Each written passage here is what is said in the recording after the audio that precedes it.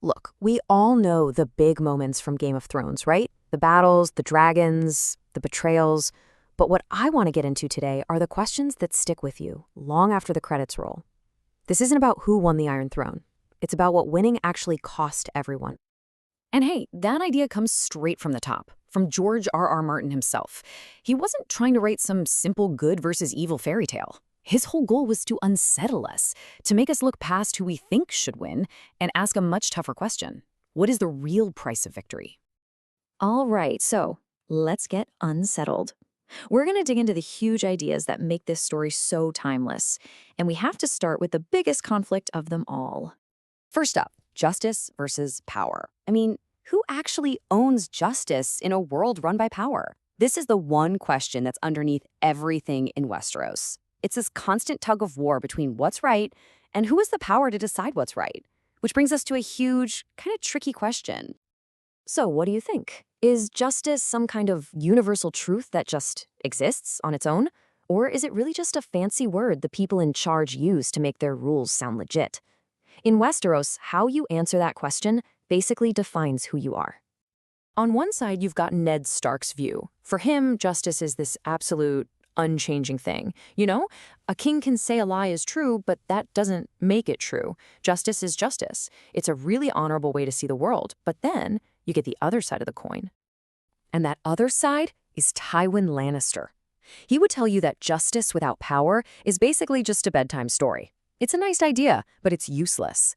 The realm doesn't run on ideals, it runs on order. And the only thing that creates order? Power. Simple as that. And who's caught right in the middle of this? Of course, it's Tyrion. He gets it. He sees the tragedy of the whole situation. The problem isn't that power creates justice. It's that justice needs power just to matter at all.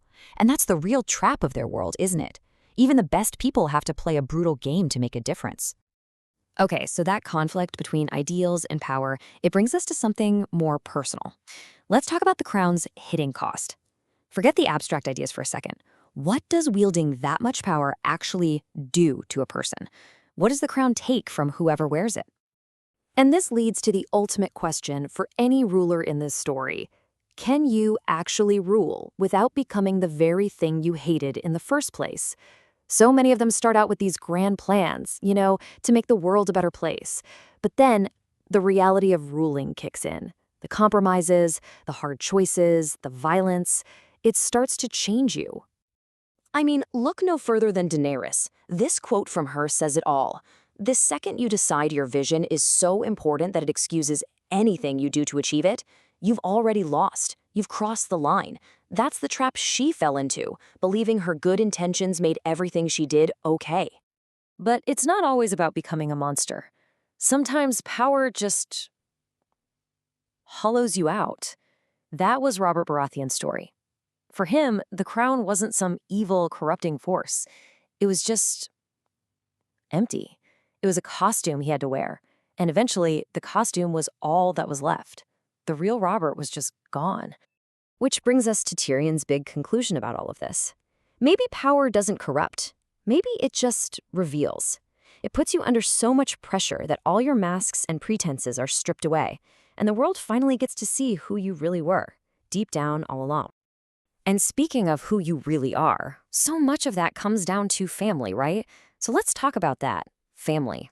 Is it a strength or a curse? In Westeros, family is so much more than just, family. It's your legacy, your duty, your cage. It can be the one thing that protects you or the one thing that dooms you. And you couldn't find a better example than the Starks versus the Lannisters. The Starks see family as love, as protection, as a duty you feel in your heart. But for the Lannisters, family is a claim. It's a cage. Loyalty isn't about conscience. It's about clarity. It's just us against them. This all boils down to a really dangerous question. At what point does being loyal to your family just turn into being morally blind? It's a line so many of them cross. They think they're doing the right thing, protecting their own, but that loyalty blinds them to the awful things their family is doing. And oh man, Catelyn Stark's realization is just heartbreaking. She admits it herself. She trusted blood over wisdom. That powerful, protective love she had for her children, it made her make choices that ended up costing so many people their lives. It's a devastating lesson to learn too late. So if your family can feel like a prison, dictating your path, what about something even bigger? Let's talk about prophecy. Is it a map or is it another kind of prison? Does knowing the future actually free you, or does it just end up trapping you? See, the way prophecy works in this world is super interesting. It's not like reading a schedule of what's going to happen. It's more like a self-fulfilling, well, prophecy. It goes like this. Someone makes a vague prediction. People believe it, so they start acting on it. And then, surprise, surprise, their actions actually cause the thing to happen, and then they point to it and say, see, it was destiny. And that's where you see the real danger. The most dangerous words in the world aren't, this will happen. They're, this must happen. The second you believe something is a requirement, not just a possibility, you've lost all sense of choice. Suddenly, any terrible thing you do isn't your fault. It was just necessary to fulfill destiny. All right, so after all that, after the wars, the betrayals, the power games, the prophecies, we get to the final reckoning. And maybe the most important question of all, what was actually saved? Think about it. After the victory is won, what are the things that get quietly thrown away? This is the hidden price of peace. When everyone's fighting a common enemy, you're all united. But when the fighting stops, some of those noble values you were fighting for suddenly seem inconvenient. What kind of values? Well, things like compassion. That gets replaced with cold, hard order. The urgency that made you act? That just disappears. The truth? Oh, the messy, complicated truth gets sanded down into a nice, simple story where all the good guys look great.